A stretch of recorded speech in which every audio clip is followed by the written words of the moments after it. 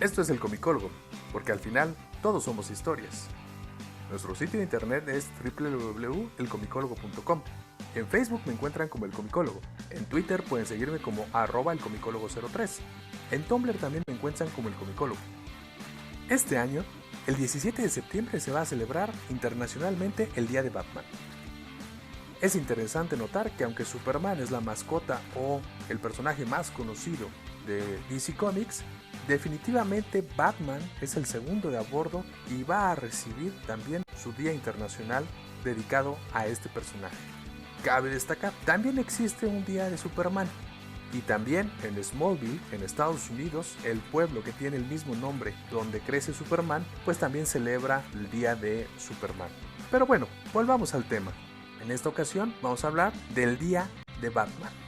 Definitivamente, gracias a la televisión, al cine, a los videojuegos, Batman es uno de los personajes más conocidos a nivel mundial. Pero es en los cómics en donde, desde mi punto de vista, el personaje muestra realmente todo su potencial. Es por eso que en El Comicólogo vamos a hablar de los 5 cómics más importantes o más interesantes que puedes leer en este Día de Batman. Desde su creación en 1939, Batman ha tenido muchísimas historias que valen la pena. Por eso he puesto 4 reglas o 4 parámetros para poder elegir estas historias. En primer lugar, Batman tiene que ser Bruce Wayne. A lo largo de la historia de Batman, varios personajes han tomado el manto del murciélago. Y aunque estas historias son geniales, yo me voy a concentrar específicamente cuando el personaje es Bruce Wayne. En segundo lugar, la historia tiene que resaltar algo del personaje, alguna característica o algo que nos llame la atención del personaje, o tiene que agregar algo a la historia de Batman. Puede ser la creación de un supervillano, agregar algún conocimiento con respecto al pasado de Batman. En tercer lugar, o tercera regla, la historia tiene que tener forzosamente un misterio. No por nada, Batman en el universo DC es considerado el detective más grande del mundo. Por lo tanto, la historia tiene que tener algún misterio. Y por último, o la última regla, el equipo debe ser excepcional. Es decir, debe de haber un excelente escritor con un excelente artista. Comencemos con las 5 historias para este Día de Batman. En quinto lugar tenemos el arco conocido como La Corte de los Búhos. La Corte de los Búhos cuenta con un equipo excepcional en su creación. Tenemos al escritor Scott Snyder y al artista Greg Capullo. Greg Capullo va a venir del título de Spawn y va a agregarle estos detalles tan impresionantes que tenía ya en Spawn, los va a agregar al título de Batman. Scott Snyder va a darnos una de las mejores historias que yo he leído de Batman, pues nos va a enfrentar a la Corte de los Búhos. La Corte de los Búhos va a ser esta sociedad o asociación secreta que rige Ciudad Gótica y va a manejar los destinos de todos los ciudadanos que viven en Ciudad Gótica. Además, deja de entrever que probablemente la Corte de los Búhos tuvo algo que ver con el asesinato de los padres de Bruce Wayne. Me gusta mucho este tipo de historias en donde el héroe solitario se va a enfrentar a una sociedad o a un grupo de personajes que está directamente en contra de los valores y las creencias que tiene nuestro personaje principal. Además, para disgusto de muchos, y no quiero spoilear la historia, va a agregar un personaje de la Edad de Plata en la forma del que probablemente puede ser el hermano mayor de Bruce Wayne. Lo dejo ahí porque es una de las partes de la historia de Batman que me llamó mucho la atención que Scott Snyder trajera a el actual universo DC, o bueno, en lo que en su momento fue el Nuevo 52. Como lo mencioné en las reglas o parámetros para seleccionar estas historias, Scott Snyder nos va a establecer perfectamente la Corte de los Búhos como uno de los enemigos más peligrosos de Batman. Además, maneja muy bien el simbolismo de que los búhos son los depredadores naturales de los murciélagos, quienes no van a tener ninguna oportunidad de enfrentarse a los búhos. También va a presentar a su grupo de asesinos, los Talones o las Garras, que son grupos de asesinos que realizan las órdenes de la Corte de los Búhos. En cuarto lugar, les recomiendo ampliamente El Largo Halloween. El Largo Halloween, escrito por Jeff Loeb y un muy excelente y en su perfecta forma Tim Sale, nos va a narrar la historia de los primeros días de Batman. Esta historia sucede en los primeros días de la carrera de Batman y El Largo Halloween es un misterio acerca de un asesinato y de un asesino conocido como Holiday Killer. o el asesinato de los días festivos. Un asesino serial que en cada día festivo de Estados Unidos comete un asesinato. Pero no cualquier asesinato. Las víctimas de Holiday no son cualquier persona, son los miembros de la familia Falconi y los de la familia Maroni. Estos dos nombres parecen no indicar nada, pero son los nombres de los gángsters o la familia de gángsters que dominaba anteriormente Ciudad Gótica. Antes del advenimiento de diferentes supervillanos, Ciudad Gótica estaba dominada por diferentes familias de gángsters o mafias. En esta historia del largo Halloween, que originalmente se presentó un número cada mes y cada número hacía referencia a alguna festividad que se celebrara en ese mes, nos va desarrollando la historia no solamente del asesino serial, no solamente del misterio, sino también cómo Harvey Dent, el conocido Dos Caras, va a tener diferentes experiencias que, aunque ya conocemos el final trágico de este personaje, nos va enriqueciendo con toda la historia no solamente de Ciudad Gótica, sino también de Harvey Dent, convirtiéndose al final en Dos Caras, y la relación que tiene Batman con James Gordon, es decir, el comisionado del policía. El arte de Tim Sale es excepcional y el argumento de Jeff Loeb cumple cabalmente con un misterio, suficiente acción, y Batman termina demostrando todas sus capacidades de detective, y por si fuera poco, vamos a tener la interpretación de Tim Sale de muchos de los enemigos de Batman. Vemos al Guasón o Joker, a Catwoman o Gatúbela, como la conocemos aquí, el Hombre Calendario, el Sombrerero Loco. Este título lo pueden encontrar en forma de compendio o trade paperback, y realmente les recomiendo la lectura de principio a fin. Como todo buen misterio, no solamente hay diferentes sospechosos para la identidad del asesinato de Holiday, sino que además, al final, y se los dejo de tarea, me pueden decir cuántos asesinos seriales existen en esta historia o solamente hay uno. En tercer lugar, fue una decisión muy difícil porque traté de no repetir escritores o artistas, pero en este caso no tuve opción. Este libro, escrito por Grant Morrison y con el artista Dave McKean, creo que es el único o de los muy pocos que va a incluir en su forma de narrar y en su prosa el tipo de literatura del siglo XIX totalmente gótico.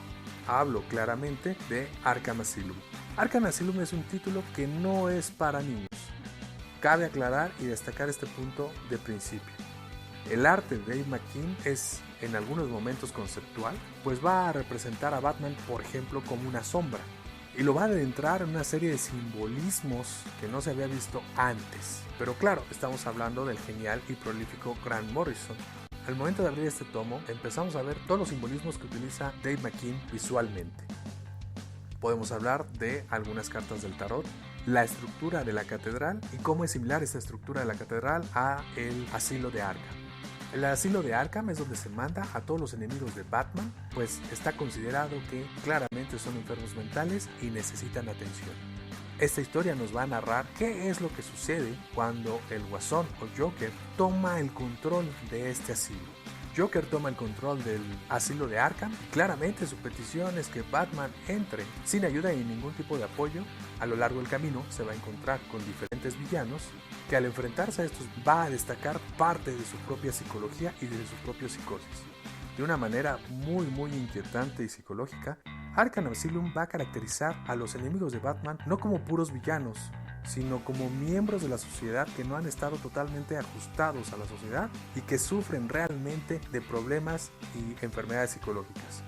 Por si fuera poco, esta historia, que realmente es cautivante, nos van a narrar la historia de Amadeus Arkham, el fundador de este asilo, y vamos a poder apreciar la cuestión de qué es la locura, la obsesión, y hace este paralelo acerca de quién es más cuerdo o la cordura, si un hombre obsesionado por realizar justicia o un hombre obsesionado por tratar de curar a aquellos que quizá no tienen cura. Definitivamente uno de los puntos de venta de este cómic es el arte de Dave McKean, quien va a utilizar elementos de expresionismo y fotografía en un trabajo que ha creado una estética que ningún otro cómic de DC ha vuelto a replicar.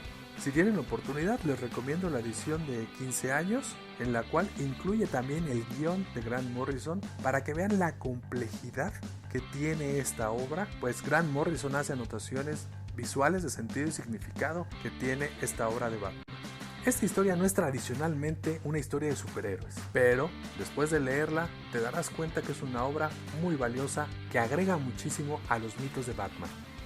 En segundo lugar, también bajo la pluma de Grant Morrison, puedo recomendar la historia de Batman Rip. Batman Rip nos va a dejar claro que Batman está preparado para absolutamente todo. ¿Qué sucedería si alguien atacara la mente de Batman y lo tratara de inutilizar? Muchos escritores han resaltado que el arma más poderosa o la mejor defensa que tiene Batman es su increíble mente. Batman está tan preparado para todo que él sabe, y él mismo lo describe de esta manera, tiene un sistema operativo o una personalidad puesta en el inconsciente por si alguien lo ataca de manera mental. Es decir, si alguien empieza a jugar con su mente y lo ataca, Batman tiene, o Bruce Wayne ha entrenado de tal manera que tiene una personalidad lista para entrar en función cuando este ataque venga. Esta historia lo contiene todo, tiene un misterio, aparece Joker en una de las versiones gráficas más interesantes que ha tenido, una mezcla entre Marilyn Manson y un desfiguro físico facial más destacado, y también va a tener acción, va a tener una sociedad llamada el Guante Negro, y el Guante Negro va a tratar de atacar a Batman en diferentes niveles. Sobra decir que no es un grupo de supervillanos común, pues el Guante Negro es un grupo de supermillonarios que de entrada ya conoce la identidad secreta de Batman. Es decir, atacan a Bruce Wayne en diferentes niveles y parece ser a la mitad de la historia que han ganado. No solamente han destrozado la mente de Bruce Wayne, sino también han acabado con Batman y lo declaran muerto. Es en ese momento, y es el momento más álgido, en donde nos damos cuenta que realmente Batman se ha preparado para absolutamente cualquier eventualidad. No quiero arruinar en ningún momento el final de la historia, pero también Grant Morrison nos deja ver que el Batman de Sur-en-Arc va a tener un significado desde el mismo origen del personaje y la concepción de Batman. Solamente les daré algunas claves que tienen que ver con el Zorro. El Zorro va a ser la película que van a ver los padres de Bruce Wayne antes de ser asesinados.